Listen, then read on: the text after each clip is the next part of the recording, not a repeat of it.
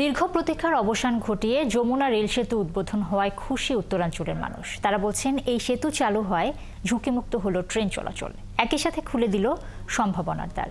সহকর্মীদের তথ্য ও ছবিতে প্রতিবেদন। টাঙ্গাইলের ইব্রাহিমাবাদ স্টেশনে সকাল থেকে ভিড় করতে থাকেন বিভিন্ন বয়সের মানুষ, যাদের চাওয়া প্ল্যাটফর্মে দাঁড়িয়ে থাকা ফুল দিয়ে সাজানো ট্রেনটি দেখার।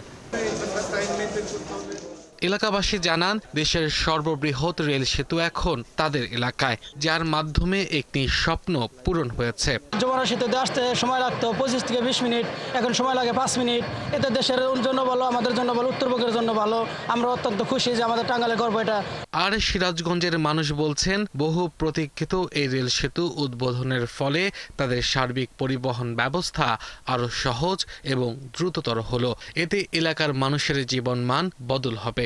আমরা অতি দ্রুত সময়ের মধ্যে এখান থেকে ঢাকা যেতে পারবো এবং ঢাকা থেকে আসতে পারবো। যে সকল পণ্য সামগ্রী এই ট্রেনে আসা যাওয়া করবে, সেগুলি আসলে কিন্তু পণ্য সামগ্রীর মূল্য কিন্তু কমে যাবে। 2006 সালে মূল যমুনা সেতুতে ফাটল দেখা দেয়ায় ট্রেন চলাচলে নিয়ন্ত্রণ করা হয়। তখন সেতু দিয়ে ঘন্টায় মাত্র 20 কিলোমিটার গতিতে ট্রেন চলাচল করত। 27 বছর পর পৃথক রেল সেতু পেলেন উত্তরাঞ্চলের মানুষ। এতে খুশি রাজশাহীবাসী। উত্তরবঙ্গের জন্য এটা খুব, আমরা অনেক দীর্ঘদিনেই আমাদের কামনা ছিল।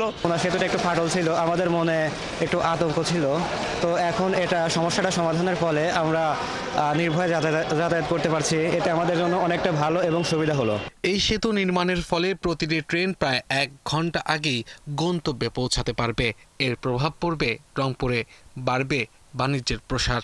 যেখানে সময় লাগতো 40 থেকে 45 মিনিট সময় লাগতো, সেখানে সেটা ওই সময়টা তারা পাবে আর কি, যাতে গাড়িগুলো আর লেট হবে না, প্রতিটা গাড়ি রাইট টাইমে আসবে। 1998 সালে যমুনা নদীর ওপর নির্মাণ করা হয় সেতু। ওই সেতুতে সিঙ্গেল রেলপথ যুক্ত করা হয়।